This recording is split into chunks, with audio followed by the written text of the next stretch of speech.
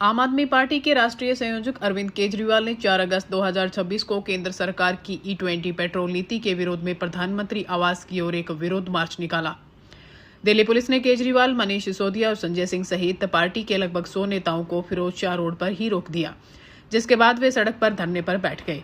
अरविंद केजरीवाल का आरोप है कि केंद्र सरकार अमेरिकी राष्ट्रपति डोनाल्ड ट्रंप के दबाव में आकर अमेरिका से भारी मात्रा में एथेनॉल आयात कर रही है। उन्होंने कहा कि देश पर जबरन E20 थोपा जा रहा है, जिससे गाड़ियों के इंजन खराब हो रहे हैं और माइलेज घट रहा है। आपको बता दें कि केजरीवाल ने दावा किया है कि इस नीति के खिलाफ देश भर में 2.30 लाख से अधिक लोगों की ऑनलाइन याचिकाएं जुटाई गई हैं, जिन्हें वे प्रधानमंत्री नरेंद्र मोदी को सौंपना चाहते थे। अनुमति न होने के कारण दिल्ली पुलिस, RAF और भारी सुरक्षा बलों ने मार्च को आगे बढ़ने से रोक दिया, जिसके बाद सभी शीर्ष नेता वहीं धरने पर बैठ गए। दिल्ली बीजेपी ने केजरीवाल के इस कदम को राजनीतिक नौटंकी करार दिया है। बीजेपी का कहना है कि यह बिना अनुमति के किया गया प्रदर्शन है, जो सिर्फ मीडिया में बने रहने और कांग्रेस के साथ नंबर 1 अराजकतावादी बनने की होड़ का हिस्सा है। वहीं आपको बता दें कि आम आदमी पार्टी की मुख्य मांगे ये है: पेट्रोल पंपों पर उपभोक्ताओं को शुद्ध पेट्रोल और E20 ईंधन दोनों में से किसी एक को चुनने का विकल्प मिलना चाहिए।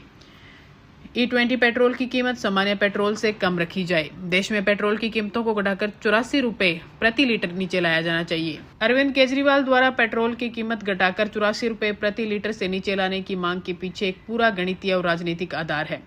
उन्होंने दावा किया है कि तेल कंपनियां और सरकार मिलकर आम जनता की जेब से नाजायज मुनाफा कमा रही है। केजरीवाल ने हाल ही में अपनी प्रेस कॉन्फ्रेंस और सोशल मीडिया पर एक विस्तृत कैलकुलेशन साझा की, जिसके आधार पर उन्होंने ये मांगे रखी है।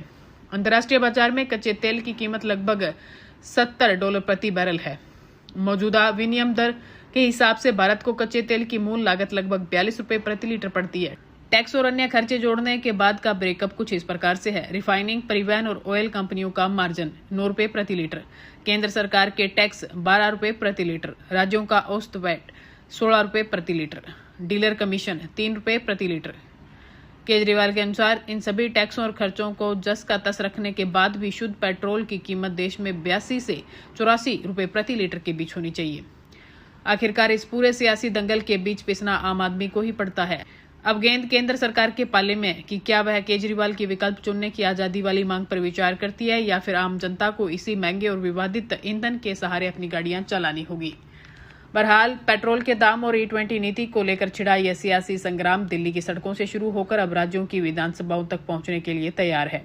एक तरफ जहां केजरीवाल इसे अमेरिकी दबाव और जनता के साथ धोखा बता रहे हैं, तो वहीं दूसरी तरफ बीजेपी इसे महज एक राजनीतिक नौटंकी करार दे रही है। 33,238 पिटीशंस लेके प्रधानमंत्री जी को देने के लिए निकले थे। 1 महीना पहले उनसे E20 के मुद्दे पे चर्चा करने के लिए समय मांगा था, उनका कोई जवाब नहीं आया। आज हम उन्हें पिटीशंस देने के लिए निकले थे, उन्होंने जवाब दिया कि मैं नहीं मिलूँगा। तो बेसिकली ये तानाशाही की वो दिखाता है। जिस तरह से उन्होंने नीट वाले पूरे एपिसोड में तानाशाही दिखाई, ऐसे ही इस पूरे E20 के मुद्दे पे जिस तरह से वो अड़े हुए हैं, उनकी सरकार ने खुद पार्लियामेंट में माना है कि हाँ माइलेज तो कम होती है पर थोड़ी होती है। हाँ, ये उसके इंजन के पार्ट तो ख़राब होते हैं पर रबड़ के पार्ट ख़राब होते हैं। तो भाई जब इंजन के पार्ट भी ख़राब होते हैं, माइलेज भी ख़राब होती है, तो फिर क्यों ज़बरदस्ती कर रखी है? तो देखने में पता चलता है ज़बरदस्ती इसलिए कर रखी है कि ट्रंप वो मोदी जी के सर पे बैठा है। ट्रंप इनको इतना दबाव डाल रहा है कि मोदी जी की हिम्मत नहीं है ट्रंप के सामने ना कहने की। ट्रंप जो है वो ज़बरदस्ती कर रहा है कि अमेरिका से इथेनॉल ख़रीद के भारत में बेचो, इसलिए ये पूरा E20 आया हुआ है। आज हम पिटीशंस लेके गए थे, सारी पिटीशंस रस्सी से बांधी हुई थी, लेकिन किसी वजह से वो रस्सियाँ खुल गई, वहाँ पे कई सारी पिटीशंस इधर उधर हो गई।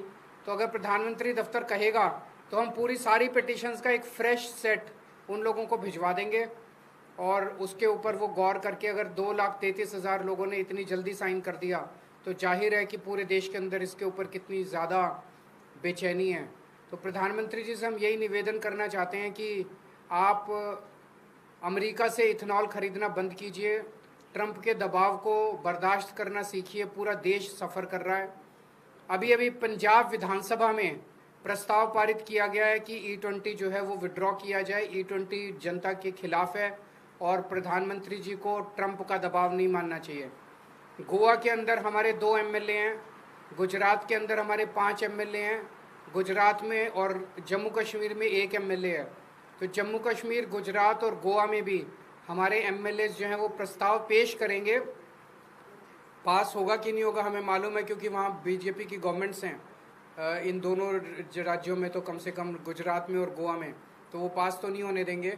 लेकिन हम पेश करेंगे उन दोनों जगह भी प्रस्ताव की E20 को विड्रॉ किया जाए। और आज जो मूवमेंट था, आज एक और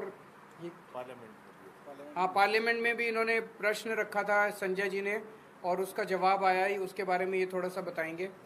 और इसके बाद हम ये समझ गए हैं कि आंदोलन बहुत बड़ा होना पड़ेगा। जो नीट वाला पूरा आंदोलन था उसमें मोदी जी को खुद निर्णय लेना था कि धर्मेंद्र प्रधान का इस्तीफा लेना है कि नहीं लेना। यहाँ पे तो ट्रंप का दबाव है, और ट्रंप के सामने मोदी जी भीगी बिल्ली बन जाते हैं। मोदी जी की चलती नहीं है, मोदी जी की मजबूरियां हैं। तो अगर जनता को E20 से निस्तारा चाहिए, E20 से छुटकारा चाहिए, तो जनता को सड़कों पे उतरना पड़ेगा और बहुत बड़े स्केल पे उतरना पड़ेगा। आंदोलन जारी रहेगा। अगला कब और कैसे होगा ये हम सोच विचार करके अगली कौन सी एक्टिविटी होगी हम आप सब लोगों को बताएंगे। लेकिन आज जो 100 लोग आए, जिन लोगों ने, जो विक्टिम्स थे, उन लोगों ने हिम्मत की। आज के दौर में हिम्मत करनी बड़ी मुश्किल है। जो सोशल मीडिया पे एक वीडियो डाल देता है उसकी ये लोग ऐसी तैसी कर देते हैं, फायर कर देते हैं, इनके ट्रोल उनको धमकाते हैं, इनके गुंडे उनके घर पहुंच जाते हैं। बहुत ज़्यादा गुंडागर्दी मचा रखी है इन्होंने, लेकिन यही इनकी गुंडागर्दी इनका अंत साबित होगी। अगर आपका कोई एक आप जरा सा बता दीजिए। बस सर, मैं इतना कहना चाह रहा था कि मैंने सरकार से E20 को लेके सवाल पूछा था, उनका जवाब है। इसकी कॉपी आप लोगों को शेयर कर देंगे और इससे आपको स्पष्ट हो जाएगा कि सरकार जबरदस्ती आपके ऊपर एथनॉल थोपना चाहती है, और कारण बिल्कुल साफ जो केजरीवाल साहब ने कहा कि ट्रंप की गुलामी करना है। उनके दबाव में सरकार को ये निर्णय लेना ही लेना है उनका कूड़ा खरीदने का। और ये जो 2 आर्ग्यूमेंट देते हैं, पहले कहते थे माइलेज कम नहीं होती, अब मान लिया माइलेज होती है जी कम, 6 से 9% होती है। पहले कहते थे इंजन खराब नहीं होता, अब कहते हैं नहीं, रबड़ के कंपोनेंट तो खराब होते हैं। अब कहते हैं फॉरेन एक्सचेंज बचता है। जब तुम इथेनॉल खरीदोगे यूएसए से $2.5 बिलियन खर्चा करोगे तो फॉरेन एक्सचेंज कहां से बचेगा? फॉरेन एक्सचेंज तो ज्यादा खर्च हो रहा है। फिर कहते थे देश के किसानों को फायदा हो रहा है। किसानों को तो अमेरिका के किसानों को फायदा हो रहा है। ट्रंप अपने किसानों को बचाने के लिए इथेनॉल जबरदस्ती कर रहा है। वहां पे मेज से बनता है, किससे, वहां पे जो इथेनॉल है, तो वहां पे किसानों ने जबरदस्त उस पर दबाव डाला है ट्रंप के ऊपर। ट्रंप ने मोदी पे दबाव डाला रही, हमारे किसानों को बचाने के लिए इथेनॉल खरीदो। तो हमारे किसानों को थोड़ी फायदा हो रहा है, अमेरिका के किसानों को फायदा हो रहा है।